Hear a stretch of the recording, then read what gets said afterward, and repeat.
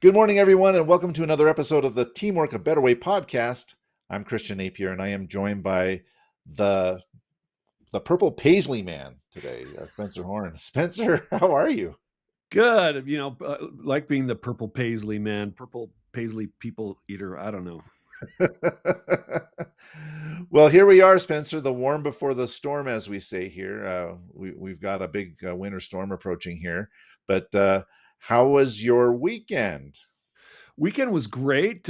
Just worked all day Saturday, and Sunday was just a nice day of rest and had family over, played some games at church and games and then my son and wife and I have had this new idea that we are going to be watching movies based on composers. So what we did is we listed all the top composers and the movies that they scored.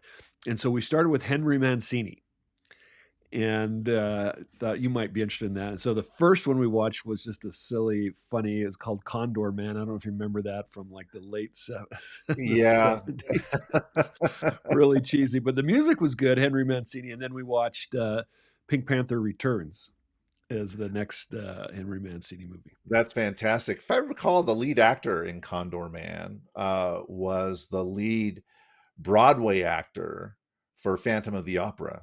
I did not know that. I mean, I believe that. Yeah, Yeah, he yeah. was he was a funny guy. So that voice sounds familiar. Yeah. So I think that's so cool. Henry Mancini film scores, very, very good. Okay, well, let's dive right into it because we've got an amazing guest here today with us, Vhance Valencia. I met Vhance a couple months ago through a connection, a mutual connection. Vhance is a retired Air Force lieutenant colonel. He served 21 years as a civil engineer, and he is the owner of Valencia Consulting, and he specializes in building high-performing teams uh, with systems. And I'm really interested to dive into that because systems are so important. And he works a lot with architectural firms, engineering firms, construction firms. He holds a PhD in systems engineering from the Air Force Institute of Technology. And he was privileged to be a squadron commander twice. I'm curious about that. And he's going to share today a little bit about this systems framework, especially for small businesses or small business owners and leaders that they can use on their journey towards scaling and growing their business with high performing teams. So super excited to have Vhance Valencia join us. So Vhance, welcome to our show. Thank you so much for carving time out of your schedule to have a conversation with us. Hey guys, how's it going? Yeah, super excited to be here. Thank you so much for inviting me onto your podcast and letting me talk a little bit about something that I'm passionate about, systems and processes. And I know that a lot of people are like, "You're passionate about systems and like, how can that be?" It's just I found in my career, especially in the military, that having good management structures, uh, which is helps you with being a good leader. And I think that's at the heart of what it is that you guys are trying to do with helping people build teams or lead their teams. And what I found is that, there's two sides to the coin. There's leadership and there's management, and you have to have both so that you can be that person that's there for your team and help them grow and accomplish what it is that you need them to do as a leader.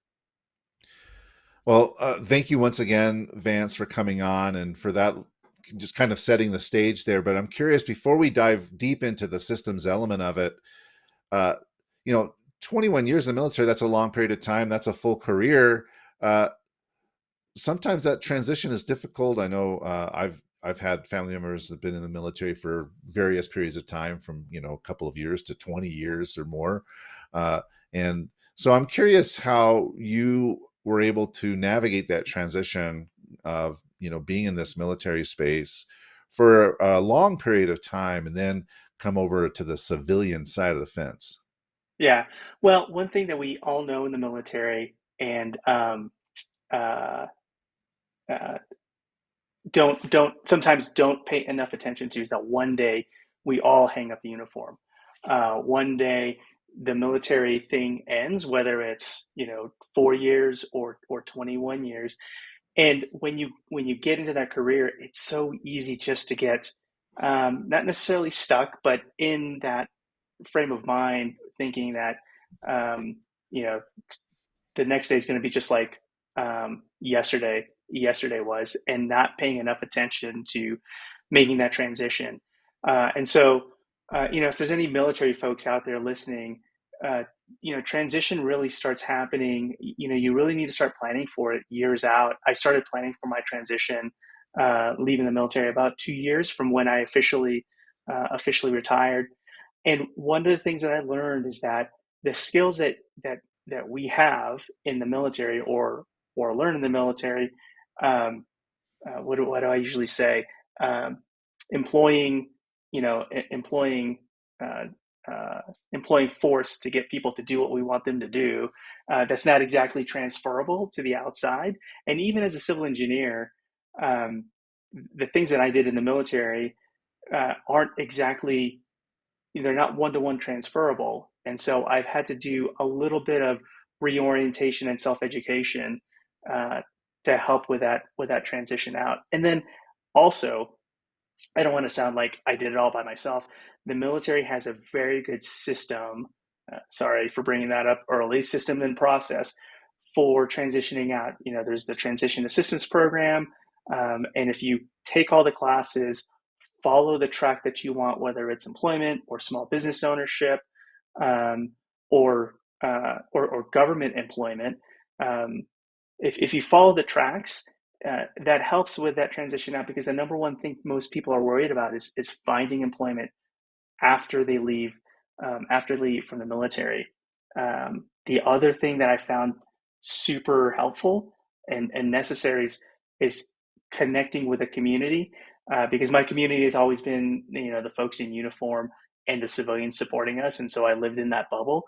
But what I found is that there's a huge veteran community out there where, if you just put yourself if you just put yourself out there, are willing to meet with people, you'll find some great peers and a great sense of communities that can help you along your journey as you transition out. I'm not going to say it's been easy. It's been a challenge, but I think it's a challenge for everybody as they leave the military. I think it's a normal thing to go through, especially having spent such a long time in one organization, and then finding your tribe um, has been a real challenge. And that's one of the reasons why we wanted to hear from you on that, because there's so many transitioning veterans, and some that have already made that transition that are struggling with just making the having the success that they want to have, that maybe they experienced before. You mentioned two things. You talked about great introduction to your really interest in systems, and you talked about leadership and management. You got to have both. I heard, if you're flying a plane, you need to have left wing and right wing, and you can't do one without the other. But then you also talked about, as you talked about the transition from military to civilian life, you talked about one of the biggest challenges, which is getting compliance without force, right? Or without, Yeah. hey, my position says you do this and you obey my orders. And that's really about discretionary effort, which is all about team performance. Getting discretionary effort, meaning the desire for willful support of leadership. So as you look at what your interest in systems and team performance, I mean, how would you characterize it? Is it more leadership? Is it more management? Or is it both? It's definitely both. It's definitely both. One of the things that I figured out late in my career, is that, as a leader, what we say is leadership is a contact sport. You have to get to know your folks. Um, at the tail end of my career, so one of the greatest privileges that I had was being a squadron commander. And my first year, everybody's first year in squadron command at that level, it's always so difficult because, well, unless you had thought about it for your entire career that you wanted to be a squadron commander, maybe it's not as difficult, but for me, it was super difficult. And I never understood that leadership is a contact sport, in that you need to get to know your people very, very well so that you can inspire and motivate them. I went into my first year as a squadron commander, not understanding what that meant, and strictly from a managerial point of view. And I came in with kind of guns a blazing. We're going to fix this process. We're going to fix that. You guys need to think my way.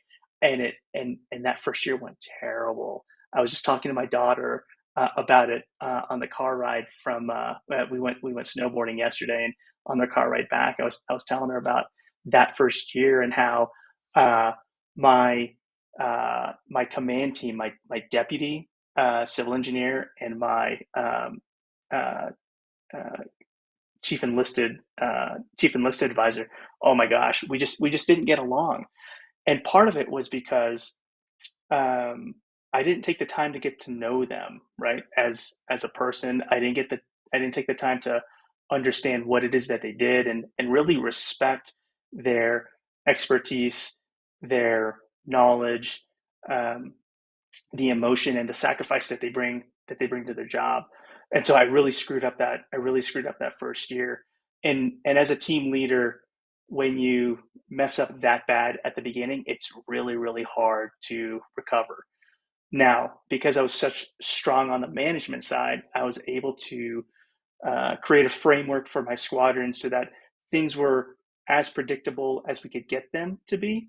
I was able to create a framework so that we were able to communicate our value to the rest of the airbase that we were supporting, and that kind of helped overcome that big stumbling block that I had up front. Now, I say all that because I had the opportunity to command a second time, and that second time, now I knew all about leadership as a team sport. I already had the management acumen. And I'll tell you, that second time around as a squadron commander, both organizations were about 350 strong. That second time, oh, so much easier. So much easier because I slowed down up front. I let my people get to know me and who I was and what I stood for. I spent, I remember early on, uh, uh, part of my framework was to spend an hour, and I just wanted to get to know everybody that was my direct report, and so I had about a dozen, and so it seems daunting. It's like 12 hours you got to spend talking with these folks, but I made sure to schedule it over the course of a couple 3 weeks. I went to their office, I sat down, and I said, you know, the basics of the conversation was, tell me about tell me about you, what it is, and what are your goals, and what are your goals and desires, what do you want to get done in the next year, in the next 2 years.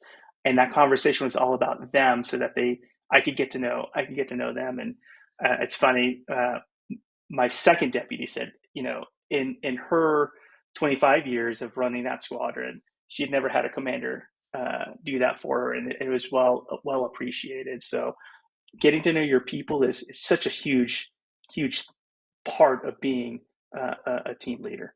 I just have I have a couple questions about that, and I'm Christian. You may do as well.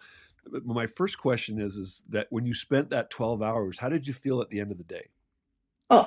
Fantastic, right? Because we got to connect on a on a personal level. um, and it was a little silly. I would get teary eyed towards the end of my command, because I'm like, this is like, bye. I'm leaving you guys. Well, you know what, Vance, I love the comparison of those two command scenarios and just the difference, and so much research that is available. And we've talked a lot about that on this show. Is the best leaders are able to adapt their leadership style, right? And so what I heard you say is the thing that was natural for you was systems and process, and that was what you led with, and that's great. You need that, but you also need to be able to inspire and motivate and engage and connect. And that is, for not everybody has that same problem. Some people are really good at connecting and inspiring and motivating, but they really struggle with the systems and Yeah, processes, right? yeah, yeah. And so what I heard you say is, all right, so that's not my strength, but I understand the value and I get to work on that in order for me to be successful. And so part of my question was, did you said you were excited at the end of the day, but did you find that all of that connection maybe made you tired from time to time and you needed to account for that? Well, yeah. Well, but so uh, there's kind of two spectrums on the extroversion spectrum, right? There's introverts and extroverts, and I'm a very heavy introvert, right? And so any social connection that I have, I get tired, and yes, it does drain. And so there are folks that I envy because they're extroverts and they just love it and it comes naturally to them. But on the flip side, I've run into so many leaders that don't have that management acumen, and I just characterize them then as just cheerleaders, because when you go talk to their folks are frustrated. Like, this guy has a great idea every 2 weeks. What are we supposed to do? And he's letting, although I envy that trait and I try to emulate that, he's letting his people down because he doesn't have that structure in place to really help drive the organization in a direction Hence, that both it needs to are go. needed. All of that is needed. So, Christian, Right, I know right. you had a question. Yeah, I find this conversation fascinating. I want to come into the systems element of it and perhaps just start by clarifying terminology. So when we talk about systems, that might mean different things to different people. So when you talk about systems, what does it mean to you? Because sometimes we might think, oh, well, systems means it's a technology system, like, oh, we're implementing SAP here or something like that. So when you talk about systems, what does that mean? In this context, systems and processes are one and the same. It's where you have an input, it goes through a series of steps, and you then have, and this is key, a consistent output. And so a good system, a good process has that.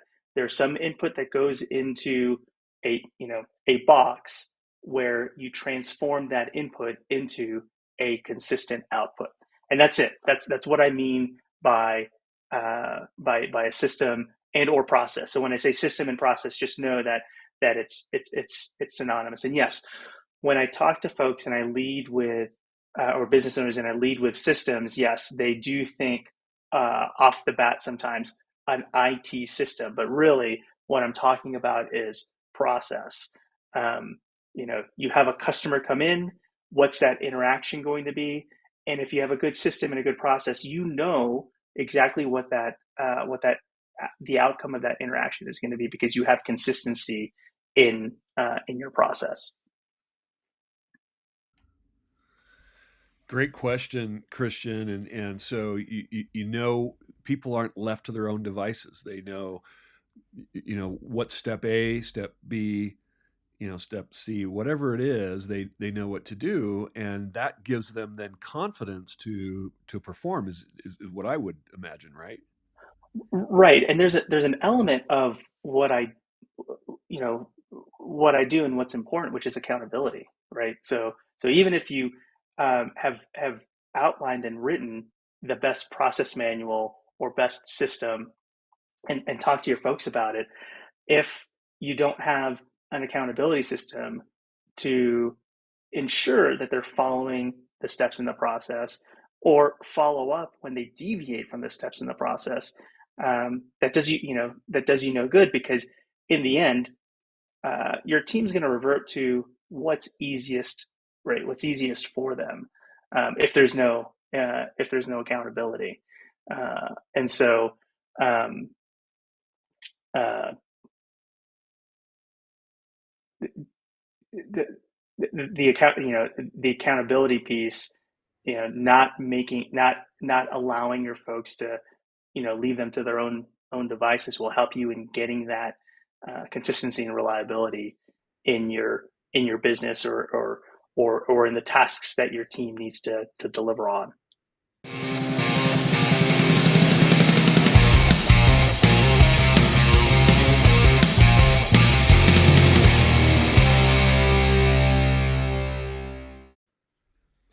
Spencer coming in with the timely bumper there. All right. It sounds so simple when you describe it this way. Oh, I have inputs, I have a number of steps, I have an output. But for whatever reason, I personally have a tendency to overcomplicate these processes. Uh, and I create a process that has 30 steps in it when maybe it should have 4 steps in it. So uh, I'm really interested in this question. How do you help organizations create simple processes? Because oftentimes we create things that are very, very complex. And then we wonder why we're not getting the output we desire. And it's because what we engineered was so darn complicated. So there's two main concepts. So I'll talk about the first one, the 80-20 principle, sometimes called the Pareto, oftentimes called the Pareto principle. And Pareto was this Italian economist who I think it was a wealth study. I think it's specifically on land, where he discovered that 80% of the wealth or 80% of the property um, was owned by 20% of the people, in his study. And as time has gone on, that 80-20 principle applies to a lot of other things.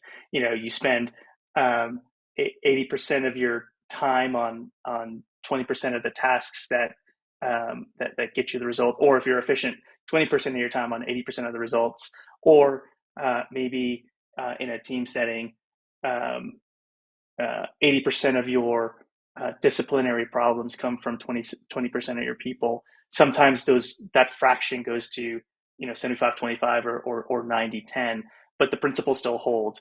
You have a small minority of things that affect a large majority of other things. And so when it comes to systems and processes, what you want to look at is, what are the things that you're doing? What are your processes that are getting you 80% of your results? And when you start looking at your work in that framework, you'll find that there's only a small fraction of the things that you do that get you the big results, that 20%. And so that first concept is to work on just documenting those core processes. What are the 20%? What are the 20% of your core processes that are getting you 80% of the results, right? And so um, what often happens is, when we start talking about say a process, as I'm working with business owners, they'll start talking about, oh, but then we do this other thing, and when this thing happens, we have to do this. And so they start talking about exceptions. And so this first concept is really about um, understanding that what you want to document, what you want to write down and have available for your folks, are those core processes. And when you have exceptions, hand those exceptions off to the senior people on your team. After all, that's what you're paying them the big bucks for. You're having them use their critical thinking and their experience to help solve the problem. And so what you're really looking at are the main things that are repeatable, the most probable path, and for the improbable things, the one-offs, don't worry about writing a system for them. This is where your creativity, your problem solving, your critical thinking comes in to help solve that one-off problem. And then if you find that one-off is more than just a one-off, okay, then it's time to consider writing down, or thinking about writing down those steps as a system or a process.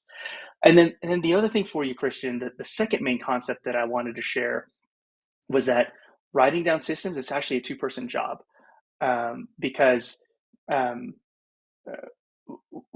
the two people are somebody in your organization that is that subject matter expert in whatever that system or process is, and then somebody else in the organization that you've assigned to be what I'll call the systems champion, the person that has the knowledge and expertise to quickly be able to interview and then document that system and process. And it works because um, most people don't don't find value in writing down what it is that they do on a regular basis, because they know how to do that system or process. But when you uh, frame it in a way that what you're doing when you're writing this down or working with a systems champion and having these things documented is that you can then kind of replicate yourself. You can hand off that work to other teammates to be able to increase the ability to accomplish a task or perform the task better. Or when there's a new employee that comes in, having the documentation already ready so that they can pick up the job much quicker than having to wait on somebody to train them up. There was one engineering organization that I worked with where their problem was as they were growing, new people would come in and they would ask, okay, how do you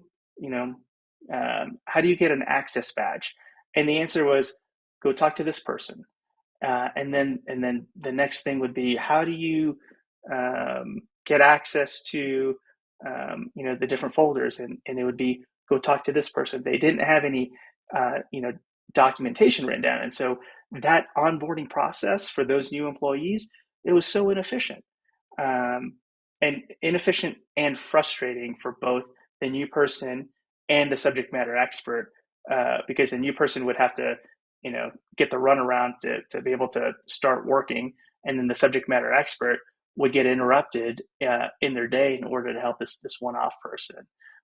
And so having a systems champion to help document makes creating systems a two-person job, and those would be the two keys that I'd stress in this interview as where to get started.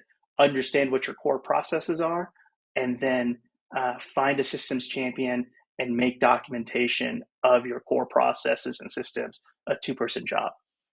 All right, so I have a scenario I'm just going to throw out for you, and tell me. Let's say you have the sales team. It doesn't matter if it's an engineering company; they all have to have a sales team. And so, bringing in the Pareto principle, let's say 80% of your revenue comes from 20% of your clients, right?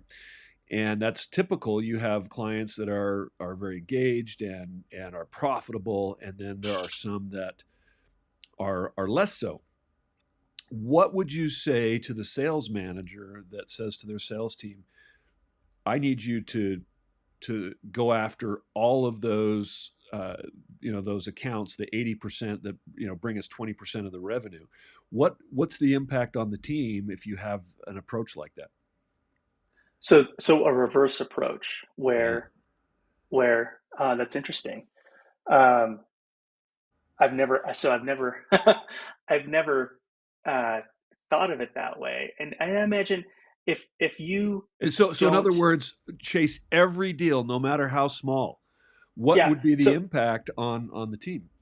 yeah, so I mean, I imagine there would be just a lot of frustration because what everybody wants to do is, I'm going to reuse your word impact. What everybody wants to do is make an impact uh, in in their work. They show up, they give their 40 hours a week, and they don't want to be in a position to where at the end of the week they're thinking, what did I just do? Or if and this goes back to that discretionary effort comment that you had. If at the end that employee is thinking, oh, it kind of doesn't matter. I got my paycheck for the week. It doesn't matter. They're withholding their discretionary effort.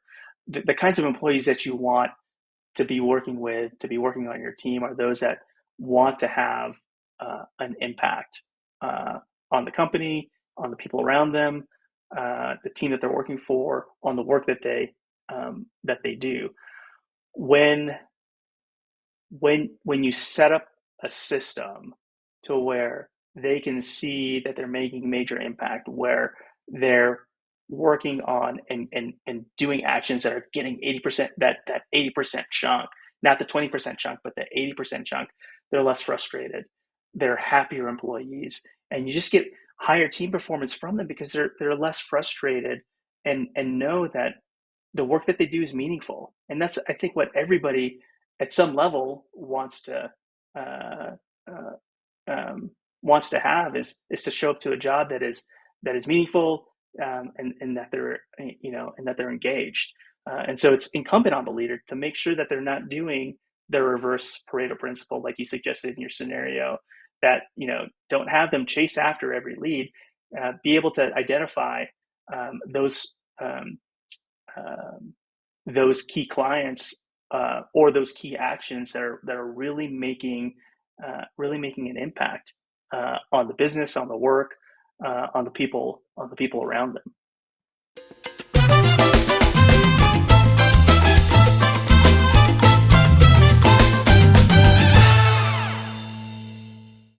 No, I think that that point is perfectly stated because we only have so much energy available to us, right? And so we need to use the limited energy that we have on the greatest return, which is one of the reasons why you said document all of your processes and the ones that are bringing the best return on the investment of time, on investment of money, whatever it is. It is you want to leverage the team. You want to leverage the team's energy, their passion, their commitment, the systems, all of that to get the highest response. And so I just threw that in the opposite because some leaders are concerned with every, not one penny drops to the floor just because of whatever that is driving them to get that revenue, and it can have a create diminishing returns Yep. on the discretionary effort of the team and just their, as you said, frustration as it rises, they get less out of those team members. So I think you stated that perfectly. All right, I got a question. uh, when it comes to these processes, when it comes to these systems, you really have a couple of goals here. One is that consistent approach, so you're delivering a consistent quality output, and it's predictable. Number two is ideally you would create a system that was more efficient than what you currently have, so that you can do more in less time. And the third component is uh, as you go through this process, you learn things, you collect data that allows you to make better business decisions, right? So uh, sometimes, uh, however, you may end up making one person on your team's job slightly less efficient so that a downstream process could be more efficient. And I'm curious how you handle that. I'll give you an example uh, from my work experience. I used to work a long time ago with motorcycle dealers, and in the 90s they were implementing what we would call dealer management systems. You get a lot of pushback from salespeople who were used to doing things a certain way, like, "Oh, now I got to put stuff in this system. It takes me more time because I got to do more data entry." Or someone comes at the parts counter, and it was they were used to, like, if someone needed a special order something, I just wrote something on a post-it note and then I handed it to the parts manager and they handled it in the order. And now it's like, oh, all of a sudden, like, I got to figure out how to do that in the system, and it takes me more time because it's just easier to just write this thing on a piece of paper. Or, oh, well, I used to just email this person this, and now you're telling me that I gotta, I can't just email the document, that I got to put it here in SharePoint and do this, that, and the other. Like, what a pain. This is a drag. So how do you handle situations where you get pushback from your team who think, oh, I'm okay. They might look at it from a very enthusiastic point of view, saying, yeah, we're getting a system. I'm not talking about a technology, but we're putting a new system processes in place. It's gonna be great for everybody. And then they start looking at it and say, well, this is harder than I used to do it. So so you start getting some, like, pushback from people. And how do you end up managing those kinds of Yeah. expectations?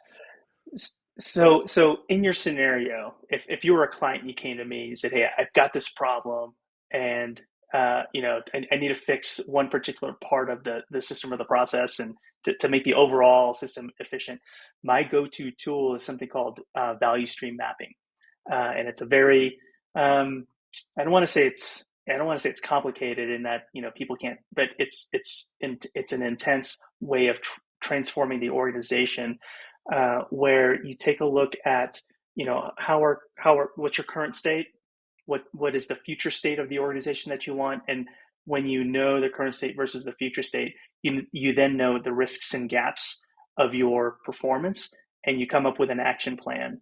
And this helps with mitigating that conversation of, hey, you just changed my job to make it harder.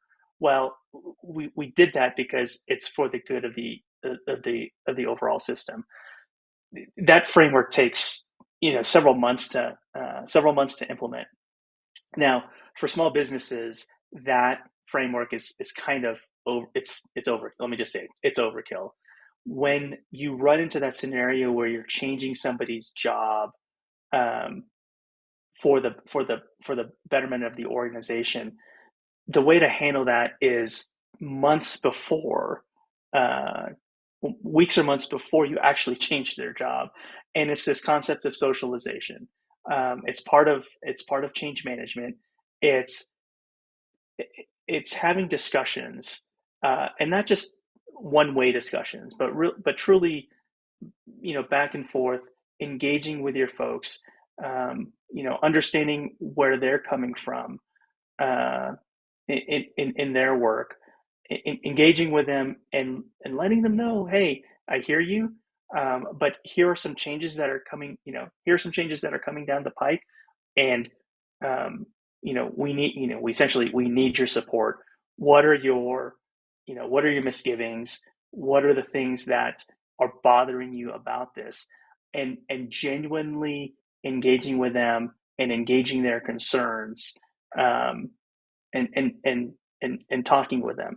That's how I mitigate that scenario, because oftentimes when we do process improvement events or continuous improvement events, oftentimes we get stuck in our own little silo.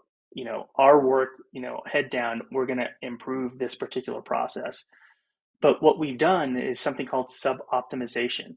We've optimized the thing that's in front of us, but at the expense of the overall business, overall company, or overall organization.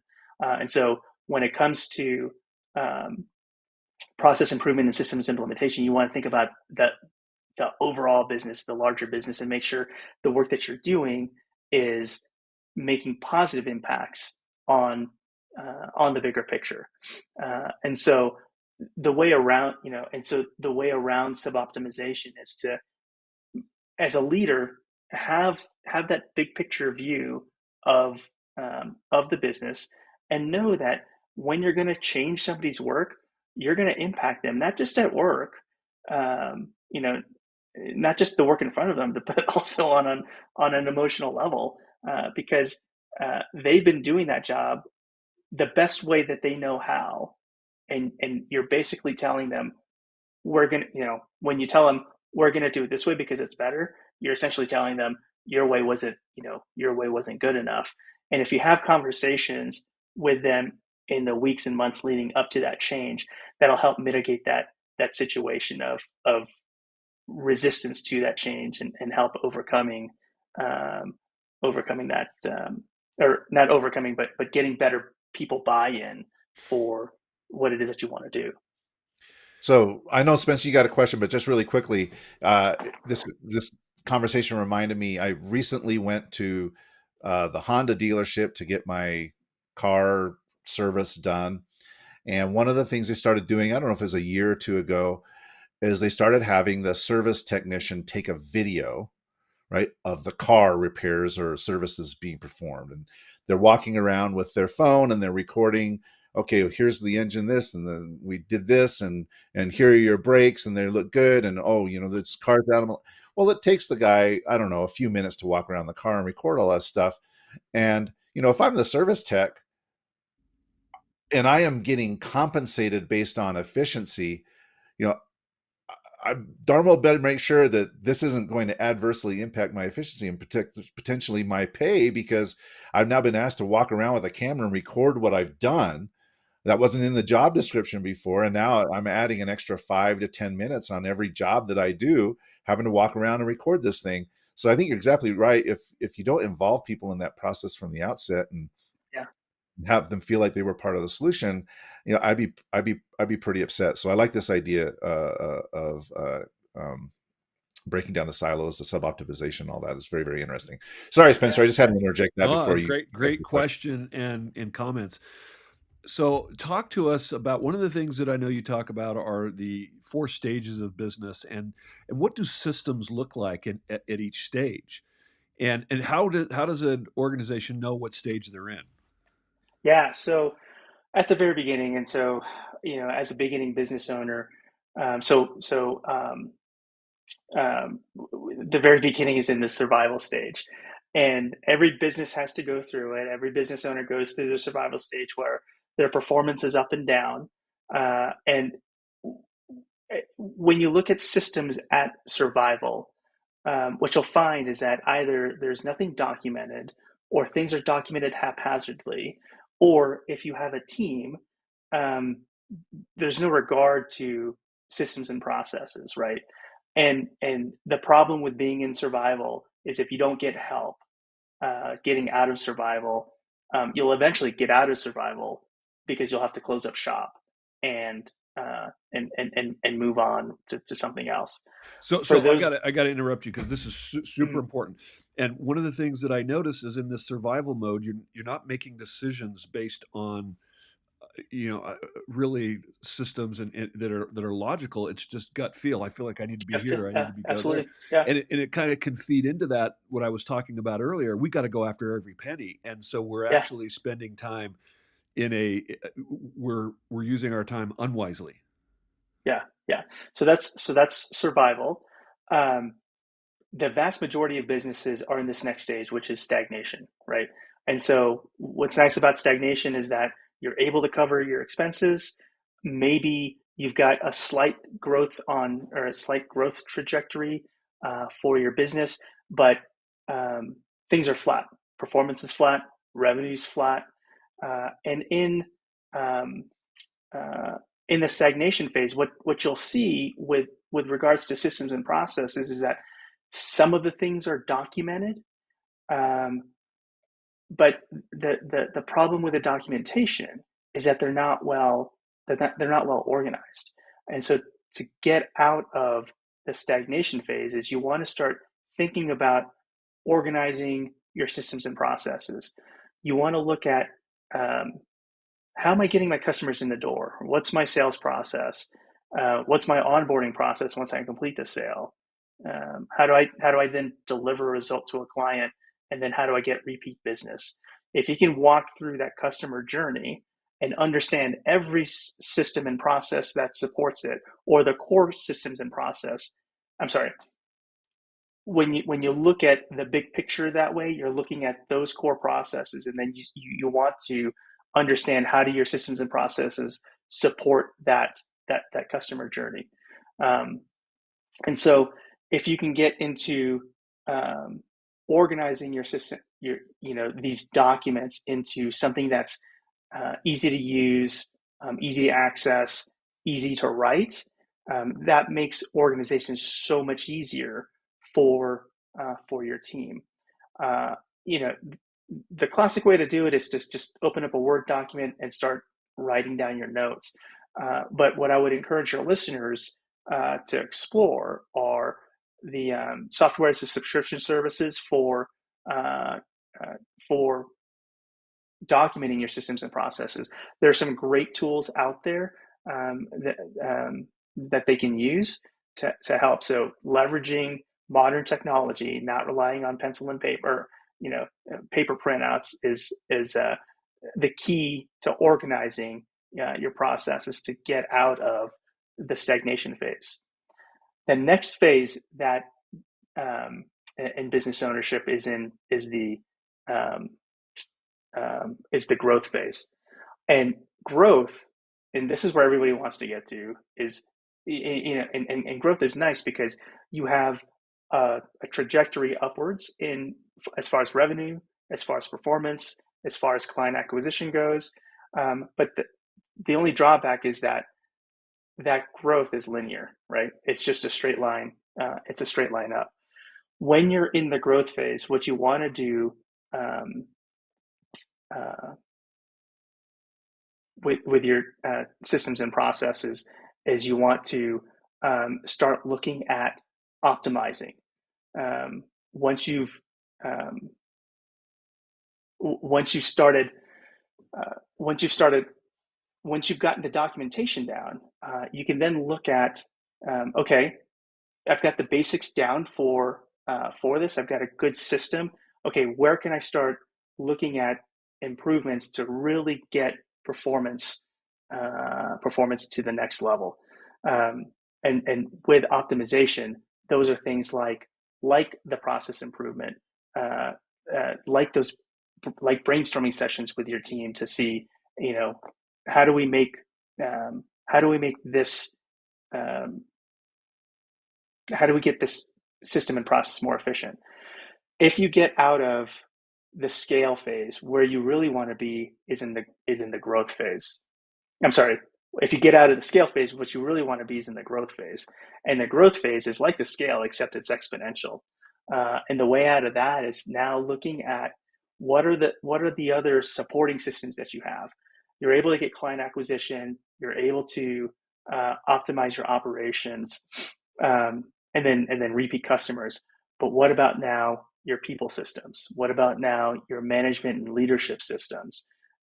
What are the other supporting systems that you need to really tie the whole business together, um, so that um, you can continue on this scaling trajectory, and that's where everybody wants to be.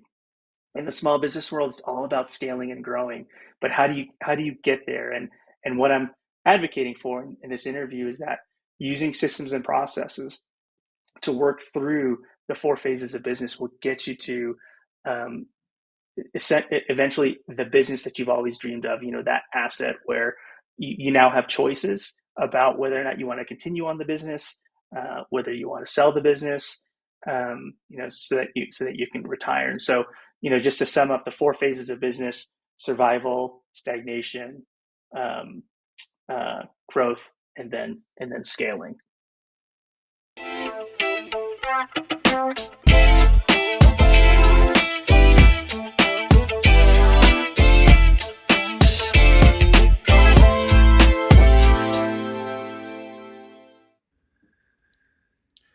You got something, So, Christian? yeah, having been a business that's been kind of in the first phase, that survival stage for a while, I mean, it's comforting to know that those stages are there. I'm curious, in your experience, when you actively help companies, uh, what is it, or how long does it take to move from one of those phases? Because I can say, oh well, uh, yeah, I want to. I might be in survival mode today, and I'm going to scale tomorrow, but that's probably not realistic, right? Yeah. So, Right. so how long? And I know it varies greatly on industry and on the individual leader and so on and so forth. But when you've got the help of a systems champion, I can't remember if that was the Yep. terminology you used, but something Yep. like that. If you get the help of a systems champion, uh, um, you know how just tell me how that trajectory looks, from going from survival to stagnation to growth to scale. So it is a process. I feel like a broken record every time I say process. I'll try to find a different word, but you go through cycles. And so what you need to do is, if you embark on this journey of systemizing your business, know that whether it's a quarterly basis or biannual or annual, well, annual I think is too long. I think quarterly and biannual, where you look at what you want to do is you want to look at that value stream, that customer journey, it, and take that big picture, and then from that big picture decide, okay, for the next 3 months, for the next quarter, or for the next 6 months, we're going to work on this part of systemizing the business. And at the end of that 3 month or 6 month period, take a step back and see where you are with that systemization. and then do it again, right? And this is the concept of continuous improvement, where you make an improvement, you let it kind of simmer and simmer and fester for a little bit and see if that improvement took place, and then stop, take a look, and then do it again. And that's the key. So it's not an application. This isn't a one-time application for the business of systemizing.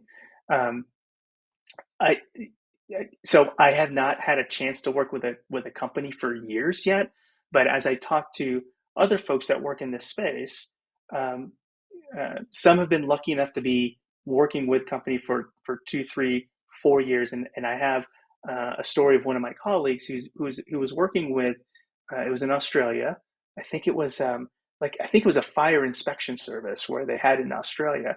He'd been working with them for 3 or 4 years in systemizing their business, and one day the owner said, "We want to take this model that we have and export it to the UK." So it's basically a turnkey operation. And because they'd worked that long on systemizing the business, they were able to take that and essentially create a franchise model where they you know took that franchising concept, put it in another country, and it was up and running. So the short answer to your question is, it takes years to get to be a fully systemized business to be able to get to that level of whatever level of scale and growth you want to get to. Um, and in those years, it's a cycle. It's a continuous cycle of applying, um, systemizing, and following the steps of systemizing your business, and then just taking stock, and then coming back and looking at, okay, where do we go next with systemizing the business? So I hope that answered your question there, Christian, in that it takes several years to do it, and you just have to do it continuously. So, we're kind of getting to the end of our time together. There's some other things that I think you wanted to share, talking about this iceberg method and why, lean or Six Sigma doesn't work for some small business necessarily, but anything you want to just wrap up with as we're starting to close that maybe you missed. Well, so I guess I'll just say this. I did set up a small page for any of your listeners that might be interested in systems and processes for their small business. It's a preview of the book titled Systemology. It's written by Dave Jennings. I work with Dave and his team in applying that framework for small businesses. And so happy to provide that link to your listeners and your audience if they're interested. And let me just say, if you can get to the point of systemizing your business as a business owner, that creates a lot of freedom and opportunity for you because you're not stuck in the business. One of the things that I helped one of my clients with was relieving the single person dependency pain point that he was having. So essentially, what was happening was that work would work would stop because there was so much attention and decisions that his team needed from him. And I was able to help him in documenting systems and processes so that he could, and his plan was to retire in 5 years. He could start walking away from the business and know that it was in good hands because the team had a way to follow processes and documents and make decisions without him. And so, I think the point that I'm trying to leave here with is that systems and processes really do create freedom for the business owner. It's not stifling. A lot of folks that are creatives might think that if I have to follow a checklist, it'll stifle me. In fact, the opposite is true because when you create that checklist, you end up freeing up a lot of mental capacity, not just for you, but also for your team, where their critical thinking and their creativity really come through. So I think that's my final point that I wanted to leave with was that we can really create freedom for business owners with systems and processes, and something that their team would be proud to follow and be proud, is proud to be part of their company and team. Well, Vance, I really appreciate you taking time out of your busy schedule to come and speak with us today. If and we'll put those links in the show notes so that people can access those. Aside from those links, if people do want to reach out to you, if they've got any questions, what's the best way for them to get in touch with you? Yeah, so I'm on LinkedIn. Very easy to find me because I'm the only person, I think I'm the only person in the world that spells Vance Valencia with an H. So Vhance, and Valencia. You can find me on LinkedIn. And then, if you want to send me an email or a message through LinkedIn, or if you're not on LinkedIn, you can send me an email.